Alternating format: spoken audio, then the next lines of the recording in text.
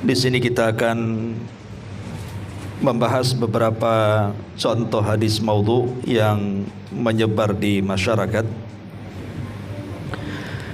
Dan sekali lagi bahwa menyebarkan sangat berbahaya karena diancam tempat duduknya di neraka. Sebagaimana hadis yang sudah kita jelaskan, man kadzdzaba alayya muta'ammidan falyatabawwa maq'adahu minan nar. Barang siapa yang berdusta atas namaku, maka silahkan tempat duduknya di neraka. Baik, tidak memperpanjang mukaddimah, kita langsung saja beberapa contoh hadis maudhu yang menyebar di masyarakat. Tidak apa-apalah, agak keras saja ininya ya. Hadis pertama, saya perhatikan bukunya.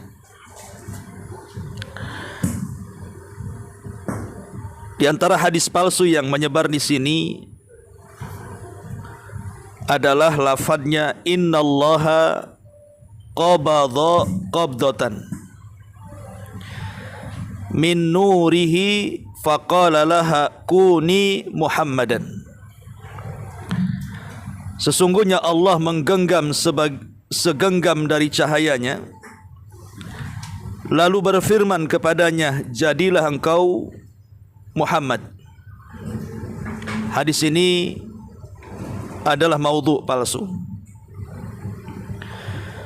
Kemudian hadis yang sama juga pada nomor 2, awwalu ma khalaqallahu nuru nabiyyika ya Jabir. Wahai Jabir, bahwa yang pertama kali diciptakan oleh Allah adalah cahaya nabimu. Dua hadis ini jelas sangat bertentangan dengan ayat Al-Quranul Karim, di mana Allah Subhanahu wa taala mengatakan, wa ma khalaqtul jinna wal insa illa liya'budun. Tidaklah kami ciptakan manusia dan jin itu kecuali diperintahkan untuk beribadah kepada Allah Subhanahu wa taala. Dari ayat ini menunjukkan bahwa tujuan Allah menciptakan kita ini adalah untuk beribadah kepada Allah Subhanahu wa taala. Tapi di sana banyak yang menyebar tentang hadis-hadis bahwa tujuan penciptaan langit dan bumi itu karena cahaya Muhammad, atau disebut dengan Nur Muhammad. Semua riwayat yang bicara tentang cahaya Muhammad, yang dengannya alam semesta diciptakan, maka tidak ada satupun hadis yang sahih. Semuanya maudhu, semuanya palsu, karena bertentangan dengan ayat tadi, Az-Zariyat ayat 3 tadi. Ini yang nomor 2. Yang nomor 3, di sini disebutkan juga tawassalu bijahi. Bertawasulah kalian dengan menggunakan kedudukanku, kata Nabi. Hadis ini juga maudhu, karena kita tahu bahwa tawasul yang masyru', yang disyariatkan itu ada 3 macam, yang sudah sering kita ulang-ulang pembahasannya. Pertama, tawassul dengan nama dan sifat Allah Subhanahu wa taala, dan itu berdasarkan firman Allah Subhanahu wa taala, walillahil asmaul husna fad'uhu biha. Dan Allah memiliki nama-nama yang indah, maka berdoalah dengan nama-nama Allah yang indah itu. Di dalam ayat ini, surah Al-A'raf 180, Allah Subhanahu wa taala merintahkan kita untuk bertawasul dengan nama-nama Allah. Kemudian yang kedua, bertawasul dengan amal saleh. Sebagaimana kisah yang ma'ruf, 3 orang yang terjerembab dalam gua, kemudian batunya menutup dan tidak bisa keluar. Kemudian masing-masing dari 3 orang itu bertawasul dengan amal soleh terbaik mereka. Setelah bertawasul dengan amal soleh terbaik mereka, akhirnya mereka bisa keluar dari gua. Dan ini menunjukkan bahwa tawasul dengan amal soleh itu juga termasuk yang disyariatkan. Baru yang ketiga, tawasul dengan doa orang-orang yang saleh yang masih hidup. Walaupun ini diperselisihkan para ulama, apakah meminta doa orang saleh itu sunnah ataukah hanya mubah saja? Kenapa terjadi perselisihan ulama? Karena berdoa itu yang paling baik adalah dilakukan oleh diri sendiri, bukan meminta doa orang. Karena hajat-hajat kita itu yang tahu kita, bukan orang. Sehingga sebagai sampai kepada mustahab sunnah. Tapi ada sebagian para ulama mengatakan sunnah karena banyak para sahabat yang meminta doa Nabi SAW, seperti yang terjadi kepada Uqasa ibn Mihsan. Saat Nabi SAW menyebutkan 70.000 yang masuk surga tanpa hisab dan azab, maka Uqasa berdiri dan mengatakan, "Ya Rasulullah, doakan aku termasuk mereka." Maka Rasul mendoakan Uqasa ibn Mihsan radhiyallahu an. Selain 3 tawasul ini, maka semuanya mamnu, terlarang, termasuk tawasul dengan kedudukan Nabi sallallahu alaihi wa ala alihi wasallam. Maka yang nomor 4 atau yang nomor 3, Rasul mengatakan tawassalu bijahi, bertawassulah dengan kedudukanku. Maka hadis ini sumbernya tidak ada asalnya, alias maudhu. Kemudian yang keempat, man hajja falam yazurni faqad jafani. Barang siapa yang menunaikan haji, kemudian dia tidak berziarah kepadaku, maksudnya ke makam Nabi, maka dia telah bersikap kasar kepadaku. Hadis ini maudhu, hadis ini palsu. Kita tahu bahwa tidak syak bahwa ziarah kubur, jangan lagi ke kuburan Nabi, ke kuburan orang biasa. Seperti kita di Batam ada kuburan di Sungai Panas, di Batu Besar atau di Temiang, sunnah hukumnya. Apalagi kuburan Nabi sallallahu alaihi wasallam. Tetapi memaksudkan ziarah secara zatnya, itu bertentangan dengan hadis Nabi sallallahu alaihi wasallam. Karena Nabi sallallahu alaihi wasallam mengatakan, la tushaddur rihal illa ila thalathati masajid. Tidak boleh kalian melakukan safar dalam rangka untuk melakukan sebuah ibadah kecuali hanya ke 3 masjid saja. Pertama, Masjidil Haram, karena pahalanya orang yang salat di dalamnya 100.000 kali salat. Kemudian yang kedua, ke Masjid Nabawi, karena pahalanya 100 kali, 1000 kali salat dibandingkan di tempat-tempat yang lain. Atau Masjidil Aqsa, karena pahalanya 500 atau 250 salat dibandingkan di tempat-tempat yang lainnya. Dari sini kita tahu bahwa kalau kita hendak safar, tujuannya ke 3 masjid ini untuk beribadah, tidak ada masalah. Tapi kalau tujuannya dari sini hanya untuk berkunjung ke kuburan Nabi sallallahu alaihi wasallam dalam rangka beribadah, maka ini menyelisih hadis ini. Tetapi bagi orang-orang yang sudah sampai di Masjid Nabawi, kalau sudah sampai di Masjid Nabawi, baik dalam rangka haji atau umrah, tentu sangat rugi kalau seandainya tidak mengunjungi Masjid Nabi.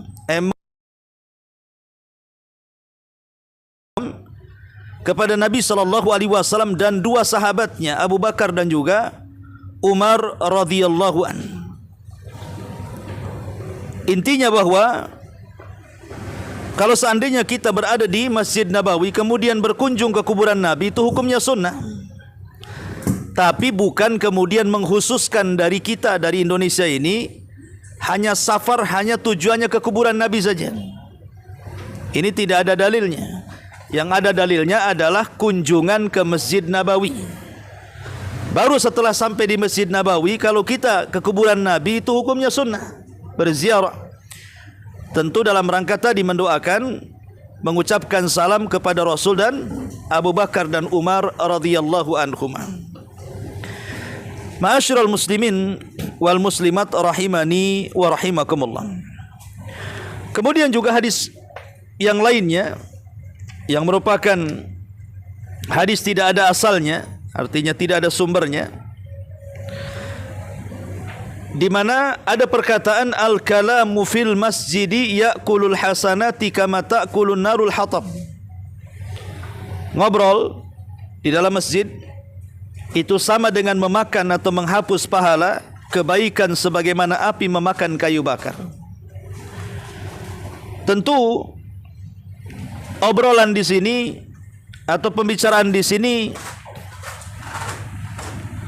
tidak semua merugikan orang yang bicaranya, karena hadis ini maudhu, hadis ini tidak sahih. Kalau hadis ini sahih berarti mencakup semua pembicaraan. Padahal tidak semua orang berbicara di masjid itu dilarang. Memang ada beberapa yang dilarang. Contoh umpamanya mengumumkan barang hilang, itu memang ada larangannya. Seseorang mengumumkan barang hilang di dalam masjid, justru kalau seandainya ada orang yang mengumumkan barang hilang di masjid, Rasul mengatakan la raddahallahu alaik, semoga Allah tidak menemukan barangmu, karena masjid itu bukan tempat barang hilang. Ya, memang itu tidak boleh. Atau mengangkat suara untuk jual beli dalam masjid, itu tidak boleh. Jual beli dalam masjid itu sangat-sangat terlarang. Kemudian juga mengadu syair, puisi dan yang semacamnya, karena Nabi SAW sudah mengganti dengan zikir dan bacaan Quran. Ya. Ma'asyiral muslimin wal muslimat rahimani wa rahimakumullah. Jadi tidak semua pembicaraan itu dilarang. Memang ada beberapa yang dilarang, mengumumkan orang mati dan begitu seterusnya, kecuali kalau orang-orang tertentu, maka ulama membolehkan mengumumkan orang mati. Tetapi orang yang dalam masjid itu kan berbicaranya macam-macam, ada yang ada faedahnya, ada yang tidak ada faedahnya. Kalau memang ada faedahnya dalam rangka menasihati, mengajak manusia kepada kebaikan, mencegah dari kemungkaran, tidak ada masalah bicara dalam masjid. Tapi hadis ini adalah hadis yang maudhu, sehingga tidak bisa kita ambil secara lafaz dan makna. Kemudian yang nomor 6, ini hadis yang terlalu populer di negeri kita, hubbul watani minal iman. Cinta tanah air itu bagian daripada iman. Kita tidak meragukan bahwa cinta tanah air itu sangat dianjurkan, bahkan disyariatkan. Hadis ini secara lafaz adalah hadis maudhu. Secara lafaz hadis maudhu, palsu hadisnya. Tetapi bagian maknanya boleh jadi benar, bahwa cinta tanah air itu memang sangat dianjurkan. Makanya kenapa kemudian Nabi SAW tatkala meninggalkan Mekah, dia bersedih dan mengatakan kepada Ka'bah secara umum, secara khusus, dan kepada negeri Mekah secara umum, bahwa itu adalah negeri yang sangat dicintai Nabi SAW. Kalau bukan karena diusir kaumnya, tentu Rasul tidak akan hijrah. Karena siapapun manusianya pasti akan mencintai tanah kelahirannya. Ini yang nomor 6. Yang nomor 7, alaikum bidinil ajaiz, berpegang teguhlah kalian dengan agama orang-orang lemah. Ini juga hadis yang maudhu. Justru berpegang teguh kepada para ulama, kepada orang-orang yang kuat ilmunya, karena mereka adalah pewaris para nabi, bukan kepada orang-orang yang lemah. Kemudian yang nomor 8, lafaz hadis man arafa nafsahu faqad arafa rabbahu. Barang siapa yang mengetahui dirinya, maka dia telah mengetahui Rabbnya. Tentu hadis ini adalah hadis maudhu, karena kenyataannya bukan seperti itu. Kalau ingin mengetahui siapa kita, maka kenali siapa penciptanya. Kalau kita mengenali penciptanya, maka pasti kita akan kenal siapa kita. Tapi kalau kita tidak mengenali siapa pencipta kita, maka selamanya kita tidak akan mengenal diri kita sendiri. Jadi kalau ingin mengenali diri kita, maka kenali penciptanya, supaya kita tahu kenapa Allah menciptakan kita, apa tujuan kita hidup, untuk apa kita hidup, kemana kita akan pulang. Dan itu dengan mempelajari 3 hal yang akan ditanya dalam kuburan kita. Pertama, kenali siapa Rabb kita. Yang kedua, kenali siapa Nabi kita. Yang ketiga, kenali apa agama kita dan dalilnya. Baru kalau kita paham 3 perkara, maka setelahnya kita paham siapa kita. Kemudian juga hadis yang ke-9, kuntu kanzan mukhfiyan. Aku adalah harta yang tersembunyi. Kemudian yang nomor 10 juga hadis maudhu. Lamma iqtarafa Adamul khati'ata qala ya Rabbi as'aluka bihaqqi Muhammadin lima ghafartali. Ketika Adam melakukan kesalahan, ia berkata, wahai Rabbku, aku memohon kepadamu dengan hak Muhammad agar engkau mengampuniku. Jelas ini sangat maudhu karena enggak masuk di akal. Masa Nabi Muhammad SAW belum lahir, kemudian Nabi Adam alaihi salatu wassalam, bapak kita semuanya, meminta ampun kepada Allah dengan kedudukan Nabi SAW. Padahal di dalam Al-Quranul Karim jelas, ketika Nabi Adam melakukan kesalahan, kemudian diturunkan ke bumi, dia diajarkan oleh Allah Subhanahu wa taala beberapa kalimat. Yang dimaksud beberapa kalimat di sini artinya doa yang ada dalam Quran. Rabbana zalamna anfusana wa illam taghfir lana wa tarhamna lanakunanna minal khasirin. Inilah kalimat yang pertama kali diucap Adam di permukaan bumi. Permintaan ampun kepada Allah akan dosa-dosanya. Maka Allah mengatakan fataba alaihi innahu huwat tawwabur rahim. Maka Allah ampuni dosa-dosanya karena dia zat yang maha pengampun lagi maha pengasih. Jadi Allah Subhanahu wa taala langsung mengampuni dosa-dosa Nabi Adam itu karena Allah sendiri yang mengajarkan. Makanya Allah mengatakan fatalaqqa adama mir rabbih kalimatin. Allah yang mengajarkan kalimat-kalimat itu agar dibaca Adam. Mengajarkan Rabbana zalamna anfusana wa illam taghfir lana wa tarhamna lanakunanna minal khasirin. Kemudian Adam membacanya dan Allah menerima taubatnya. Tidak ada sangkut pautnya dengan haknya Nabi kita Muhammad sallallahu alaihi wasallam. Jadi makanya hadis ini dinyatakan maudhu palsu. Kemudian juga hadis maudhu yang lainnya, dan ini dicantumkan di dalam kitab Ihya Ulumuddin. An-nasu kulluhum mauta illal alimun wal alimuna kulluhum halka illal amilun wal amiluna gharqa illal mukhlisun wal mukhlisuna ala khatarin azimin. Semua manusia dalam keadaan mati kecuali para ulama. Semua ulama akan binasa kecuali mereka yang mengamalkan ilmunya. Semua orang yang mengamalkan ilmunya tenggelam kecuali mereka yang ikhlas. Dan orang-orang yang ikhlas berada dalam bahaya yang sangat besar. Hadis ini memang secara lafaz adalah hadis maudhu, walaupun sebagian maknanya sahih, kita tidak mengingkari, ya. Tapi menggunakan lafaz ini walaupun hanya untuk fadilah amal, kalau menggunakan hadis palsu itu tidak boleh. Hadis yang lemah saja digunakan dalam fadilah amal itu bersyarat, apalagi hadis palsu, jelas tidak diperkenankan. Kemudian yang nomor 12, Nabi SAW mengatakan ashabi kan nujumi bi ayyihim ihtadaitum ihtadaitum. Para sahabatku laksana bintang-bintang. Siapapun dari mereka yang engkau teladani, niscaya engkau akan mendapatkan petunjuk. Hadis ini maudhu. Ya, hadis ini maudhu. Tapi di sana ada hadis yang sahih yang hampir mirip maknanya. Di mana Nabi sallallahu alaihi wasallam mengatakan dalam sebuah hadis, Kata Nabi sallallahu alaihi wasallam, in an-nujumu amanatun lis-sama. An-nujumu amanatun lis-sama. Bintang itu sebagai pengaman langit. Fa idza dhahabatin nujum atas sama ma tu'ad.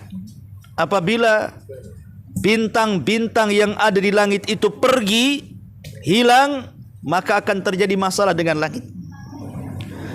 Kemudian kata Nabi sallallahu alaihi wasallam, wa ana amanatun li ashabi, dan saya adalah pengaman bagi para sahabatku. Fa idza dhahabtu ana ata ashabi ma yu'adun. Kalau aku sampai pergi, sampai meninggal dan meninggalkan para sahabat, pasti akan terjadi masalah dengan sahabat-sahabat. Betul, sepeninggal Rasul banyak perselisihan. Kemudian kata Rasul, wa ashabi amanatun li ummati, dan sesungguhnya sahabat-sahabatku itu pengaman kepada umatku. Fa idza dhahaba ashabi ata ummati ma tu'ad. Kalau seandainya para sahabatku binasa, maka pasti akan terjadi masalah dengan umatku. Betul, setelah kurun terbaik umat ini, kurun para sahabat lewat, maka bermunculan firaqud dhalah, firqah-firqah sesat dalam Islam. Muncul sempalan-sempalan kelompok yang keluar dari Islam, baik keluar dari lafaz ahli sunnah wal jamaah atau terang-terangan keluar dari Islam. Dan itu sepeninggal kurun terbaik yang disabdakan Nabi sallallahu alaihi wasallam, khairul qarni khairun nasi qarni. Sebaik-baik generasi adalah generasiku, maksudnya aku dan para sahabatku. Ma'asyiral muslimin wal muslimat rahimani wa rahimakumullah. Ini yang ke-12. Kemudian yang ke-13, ini hadis batil. Rasul mengatakan, idza sa'idal khatib al-mimbara fala salata wala kalama. Jika khatib telah naik mimbar, maka tak ada lagi yang salat dan perbincangan. Tentu ini menyelisih hadis, karena ketika Rasul sedang khatib, ada orang yang masuk langsung duduk. Kemudian kata Nabi SAW menghentikan khutbahnya dan mengatakan, kum fasalli, berdiri, engkau belum tahiyatul masjid. Akhirnya dia berdiri dan melaksanakan tahiyatul masjid di tengah-tengah Rasul sedang khutbah. Ya, jadi jelas ini menyelisih banyak. Yang terakhir, utlubul ilma walau bisini. Kalian carilah ilmu meskipun sampai di negara Cina. Di sini batil. Ya. Tetapi yang sahih adalah talabul ilmi faridatun ala kulli muslim. Menuntut ilmu itu kewajiban bagi seorang muslim. Artinya bahwa menuntut ilmu kemana saja itu kewajiban.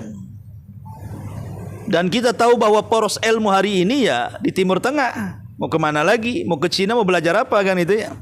Kalau itu maksudnya ilmu akhirat. Ya kalau ilmu dunia ya bisa menjelajah dunia kemanapun ada ilmu.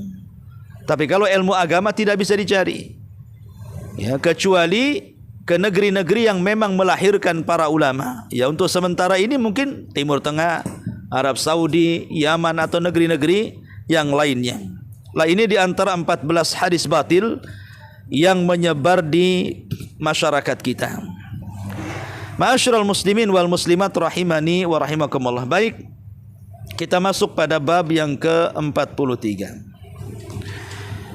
Bicara soal tata cara berziarah kubur sesuai dengan tuntunan Nabi sallallahu alaihi wa ala alihi wasallam. Bicara tentang ziarah kubur, kita tahu bahwa manfaat adanya kubur, manfaat bagi kita yang hidup. Dengan adanya kubur itu sangat manfaat dibandingkan kemudian orang yang membakar jasad seseorang menjadi abu kemudian dilempar ke sungai, lautan dan yang semacamnya, sehingga tidak menyisakan bekas kubur. Di antara manfaatnya adalah intifa'uz zair bi dzikril mauti. Dengan adanya kuburan, maka kita yang menjadi penziarah kubur itu bisa mengingatkan kita akan kematian. Kalau tidak ada kuburan, kita tidak akan diingatkan dengan kematian. Tapi dengan adanya kuburan, maka kita bisa mengambil manfaat diingatkan dengan kematian, bahwa hari ini si fulan, besok pula kita yang masuk di situ. Yang kedua, bukan hanya manfaatnya kembali kepada kita yang berziarah, tetapi kembali kepada orang yang sudah dikubur. Karena ketika kita ziarah kubur, otomatis kita mendoakan ampunan, mendoakan ketetapan jawaban, dan itu yang mereka hajatkan dalam kuburan. Dengan kedatangan kita kepada kuburan itu juga bermanfaat bagi mereka yang ada di kuburan. Kemudian yang ketiga, bisa melembutkan hati. Orang-orang yang terlalu keras karena terlalu cinta dunia, maka dengan mengingat kematian, sekeras apapun hati pasti lembut. Karena ziarah kubur itu bisa melembutkan hati.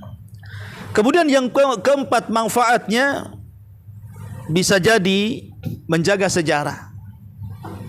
Dengan adanya kuburan itu bisa menjaga sejarah. Ya, seperti kuburan pamannya para ulama di zaman tabi'in, di zaman tabi'ut tabi'in, dan begitu seterusnya. Ya. Terkadang kemudian kuburan itu mengetahui sejarah-sejarah ulama dulu dengan adanya kuburan. Sebab kalau tidak ada kuburan, susah jadi sejarah. Tapi terkadang dalam masalah ini banyak juga yang kemudian melakukan penipuan, kan gitu. Contoh umpamanya, ada beberapa orang di kota Batam saja yang mengaku tanah milik dia dengan dalih di situ ada kuburan moyangnya. Itu ada di Batam ini. Ya. Jadi ngaku ini tanah 1 hektar ini milik saya. Kemudian kita katakan, kok tahu ini milikmu? Iya, karena di tengahnya ada kuburan nenek moyang saya. Padahal entah kuburan siapa di situ, kan? Jadi penipuan juga tuh kadang-kadang. Nah, ini masalah juga. Tetapi kalau memang kita mau betul-betul mencari sejarah, ya untuk sementara, ya mungkin di kuburan itu yang bisa digali. Ya. Kemudian diambil sejarah. Rahimani wa rahimakumullah. Intinya bahwa kuburan ini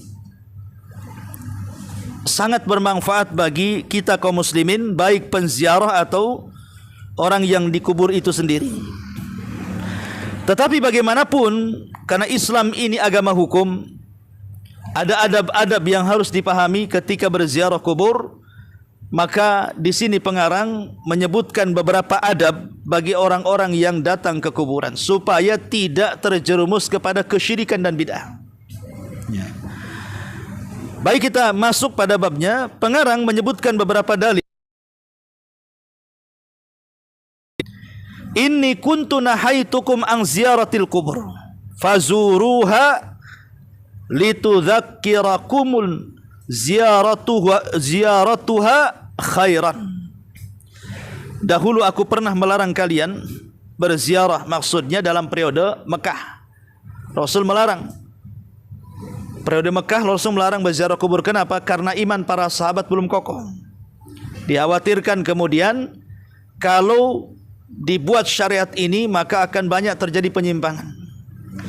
Tetapi setelah keimanan para sahabat kokoh dan mereka sudah hijrah ke kota Madinah, maka Nabi SAW mengatakan, fazuruha litudzakkirakum ziyaratuha khairan.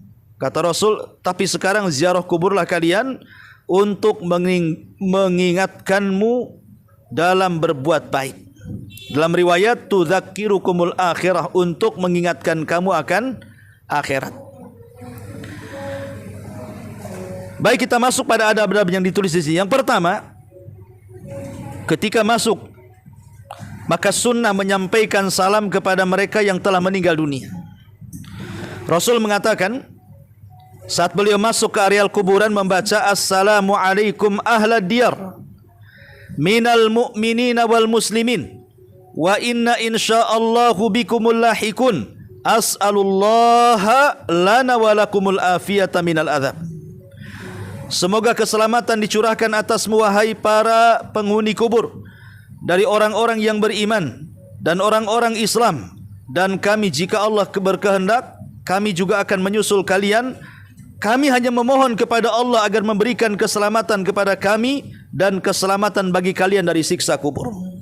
Jadi adab yang pertama sebelum masuk ke areal kubur adalah mengucapkan salam, dan salam itu bagian daripada doa bagi penghuni kubur. Ini yang pertama. Kemudian yang kedua, tidak duduk di atas kuburan dan tidak menginjak kuburan. Karena Rasul mengatakan la tusallu ilal kuburi wala tajlisu alaiha. Janganlah kalian salat menghadap kuburan. Maksudnya salat yang ada ruku dan sujud. Tapi salat yang tidak ada ruku dan sujud boleh. Seperti salat jenazah, itu tidak ada ruku, tidak ada sujud, maka dia berdiri saja, maka boleh dilakukan di kuburan. Tapi bukan menghadap kubur, tetap menghadap kiblat. Tapi salat yang ada ruku dan sujud tidak boleh dilakukan di kuburan. Karena kita tahu bahwa ruku dan sujud tidak boleh diberikan kecuali kepada Allah Subhanahu wa taala. Makanya Rasul mengatakan la tusallu ilal kubur wala tajlisu alaiha, dan janganlah kalian duduk di atasnya. Kenapa demikian? Untuk menghargai jiwa seorang mukmin baik setelah hidup ataupun setelah kematiannya. Ketika kita duduk di atasnya sama dengan menduduki badan dia. Ya, maka itu tidak sopan dalam kehidupan yang ada saja. Orang belum mati diduduki badannya saja tidak sopan. Apalagi orang yang sudah meninggal. Kemudian yang ketiga, tidak melakukan tawaf keliling kubur dengan niat untuk bertaqarrub. Karena tawaf hanya dilakukan di sekitar Ka'bah saja. Rasul mengatakan, Allah mengatakan wal yatawafu bil baitil atiq, dan hendaklah mereka melakukan tawaf di sekeliling yang rumah tua, maksudnya Baitullah. Kemudian tidak membaca Quran di kuburan. Rasul mengatakan la taj'alu buyutakum maqabir fa inna syaitana yanfiru minal baitil ladzi tuqra'u fihi suratul Baqarah. Janganlah kalian menjadikan rumah kalian sebagai kuburan. Kenapa? Karena kuburan sepi. Ya. Jangan terbalik, di rumah Anda baca Quran, sampai di kuburan baca Quran pula. Padahal Rasul mengatakan jangan jadikan rumah seperti kuburan. Harusnya kalau ingin banyak-banyak baca Quran di rumah, bukan di kuburan, gitu maksudnya. Karena setan itu akan lari dari rumah yang tidak dibacakan padanya, yang dibacakan padanya surah Al-Baqarah. Setan akan lari dari rumah yang dibacakan padanya surah Al-Baqarah. Maknanya kalau tidak dibacakan Al-Baqarah berarti rumah itu banyak setannya. Ya tentu ini menunjukkan keistimewaan surah Al-Baqarah. Tapi bukan berarti surah-surah yang lain tidak bisa mengusir setan. Tidak, maksudnya dikhususkan Al-Baqarah karena memang ada sesuatu rahasia dalam surat ini. Intinya bahwa tidak membaca Al-Quran dalam kuburan ini menunjukkan bahwa sibukkan baca Quran di rumah. Karena ketika kita membaca Quran untuk orang mati itu memang terjadi silang pendapat di antara ulama akidah. Apakah sampai bacaannya ataukah tidak? Pendapat yang masyhur dari mazhab Syafi'i yang dinukilkan Al-Imam Ibnu Katsir dalam tafsirnya mengatakan tidak sampai. Tetapi ada juga dalam mazhab Syafi'i mengatakan sampai, artinya ini masih masalah khilaf ulama.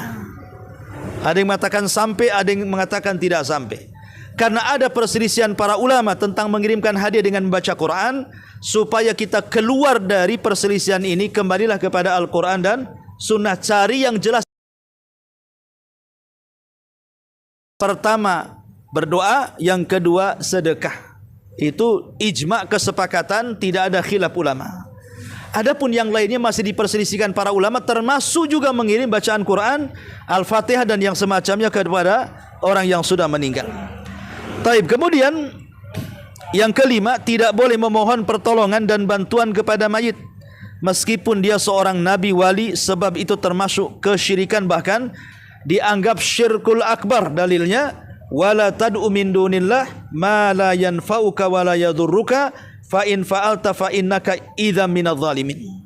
Dan janganlah kalian menyembah apa yang tidak memberi manfaat dan tidak pula memberikan madarat kepadamu selain Allah, sebab jika kamu berbuat yang demikian itu, maka sesungguhnya kamu kalau begitu termasuk orang-orang yang zalim.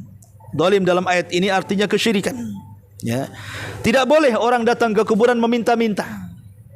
Sebagaimana ma'ruf orang-orang yang berziarah ke kuburan wali-wali, ya, tujuannya ternyata tidak murni hanya sekedar berziarah. Rupanya ketika sampai di kuburan-kuburan wali itu, sebagiannya ada yang meminta jodoh, ada yang meminta kerjaan, ada yang supaya hidupnya makmur, ada yang dagangannya laris, ada yang supaya jadi pejabat ataupun yang mempertahankan jabatan, macam-macam. Ya. Bahkan anak ujian supaya lulus saja kadang-kadang minta ke kuburan. Anaknya lagi ujian, orang tuanya ke kuburan, kemudian berdoa di kuburan anaknya supaya lulus. Supaya lulus jangan ke kuburan, belajarlah kan begitu. Ada urusan dengan orang kuburan, tidak mungkin juga arwah yang di kuburan datang masuk kemudian ngasih contekan kan. Lah ini tentu kesyirikan. Ya, apalagi kemudian diiringi dengan kemaksiatan, sudah syirik maksiat lagi, double jadinya. Seperti orang-orang dulu minta nomor togel datang ke kuburan, sudah syirik judi lagi kan begitu. Masa orang di kuburan udah meninggal diajak judi pula dia. Apa salah dia sudah meninggal dilibatkan dalam judi? Lah ini sebuah kezaliman. Kemudian yang keenam, tidak meletakkan karangan bunga atau menaburkannya di atas kuburan mayit, karena hal itu menyerupai perbuatan orang-orang Nasrani. Di samping membuang-buang harta dengan tidak ada guna, seandainya saja uang yang dibelanjakan untuk membeli karangan bunga itu disedekahkan kepada orang fakir miskin dengan niat untuk si mayat, niscaya akan bermanfaat untuknya dan untuk orang fakir miskin yang sangat membutuhkan uluran bantuan tangan. Iya betul, kalau seandainya uang yang dibelikan untuk bunga, karangan bunga, atau sebagiannya membeli air suci yang sudah didoakan kiai, tuan guru, ustadz dan yang semacamnya, berikan kepada fakir miskin. Itu lebih manfaat bagi si mayat karena tertransfer pahalanya, manfaat bagi si miskin karena tidak kelaparan lagi. Dua manfaatnya tuh. Dan itulah saya katakan tadi yang tidak ada khilaf ulama. Kalau ingin mentransfer pahala, yang paling tepat hanya dua, doa dan sedekah. Itu yang paling tepat. Tidak ada khilaf ulama berdasarkan Quran dan Sunnah. Kemudian yang nomor 7, dilarang membangun di atas kuburan atau menulis sesuatu dari Al-Quran atau syair di atasnya. Sebab itu dilarang. Rasul mengatakan, naha an tajsisil qabri wa an yubna alaihi. Beliau melarang mengapur kuburan dan membangun di atasnya. Cukup meletakkan sebuah batu setinggi 1 jengkal untuk menandai kuburan, sebagaimana yang dilakukan Rasul SAW ketika meletakkan sebuah batu di atas kubur Uthman bin Maz'un. Lantas beliau mengatakan, at-ta'allamu ala qabri akhihi. Aku memberikan tanda alamat atas kuburan saudaraku. Jadi kuburan itu cukup hanya memberikan tanda saja, tidak perlu kemudian ditembok. Bahkan saya kenal satu orang kaya di Jawa itu, ya, anak sulungnya yang meninggal karena ditabrak. Saking sayangnya karena dia orang kaya, itu kuburannya tidak diletakkan di kuburan orang umum, tapi di kebunnya. Kemudian dibangun secantik mungkin. Biayanya zaman itu udah puluhan juta ya, walau orang kaya itu. Ya. Seandainya uang itu dibagikan kepada orang-orang miskin yang enggak punya rumah, baik untuk sewa rumah mereka atau untuk membangun rumah mereka, tentu ini amal sedekah jariah sebenarnya. Tapi kalau sudah jadi untuk bangunan kubur dengan mewah megah, untuk apa coba? Karena orang mati itu tidak perlu itu. Orang mati itu tidak perlu rumah, tidak perlu payung. Orang mati itu yang perlu adalah amalan yang dipertanggungjawabkan di hadapan Allah Subhanahu wa ta'ala. Inilah di antara 7 larangan atau 7 perkara yang termasuk daripada adab kubur. Termasuk saya tambahkan adalah tidak membangun masjid di atas kuburan. Tidak membangun masjid ataupun mushola di atas kuburan, karena Rasul sallallahu alaihi wasallam melaknat 5 hari sebelum wafatnya, laknatullah 'alal yahudi wan nasara ittakhadhu qubur anbiya'ihim masajid. Laknat Allah kepada orang Yahudi dan Nasrani yang mengambil kuburan-kuburan orang para nabi mereka dijadikan masjid-masjid tempat sujud. Tidak boleh membangun masjid di atas kuburan, ya. Kemudian juga tidak boleh ada musabil amwat. Kalau orang sudah meninggal tidak boleh dicela. Sejahat apapun dia. Ada orang jahat meninggal. Kita punya tetangga tukang hasad, tukang nyakiti, tukang bully, tukang gibah, tukang menghina, meninggal dia. Itu urusan dia dengan Allah, bukan urusan kita orang hidup dengan orang mati. Walaupun dia orang jahat, sudah tutup lisan kita, tidak boleh mencelanya. Ya, karena bagaimanapun Nabi SAW mengatakan la tasubbul amwat, jangan kalian mencela orang yang sudah meninggal. Mencela orang yang sudah meninggal, fa innahum qad afdau ila ma qaddamu, karena mereka sudah sampai kepada pertanggungjawaban mereka di hadapan Allah Subhanahu wa taala. Bukan urusan kita lagi. Dia sudah mendapatkan peradilannya. Dan pengadilan Allah Subhanahu wa taala sangat-sangat adil sekali. Jadi tidak perlu bingung. Kemudian tidak boleh al-bu'du anil mukhalafati syar'iyyati liziarati. Jauhi perkara-perkara yang menyelisih syariat dari perkara-perkara bid'ah dalam agama. Termasuk juga orang yang mengusap kuburan. Mengusap kuburan, kemudian mengusap kain kuburan karena disangka itu kuburan keramat umpamanya kan. Nah, terkadang juga tanah kuburan dijadikan untuk benda-benda sihir. Ya, ada yang mengambil tanah kuburan itu untuk dijadikan alat-alat sihir. Maka ini sekali lagi perbuatan yang sangat menyimpang dalam Islam. Ya. Baik, ini diantara faedah dari bab yang ke-43. Sebelum saya tutup, kalau ada yang mau bertanya silahkan.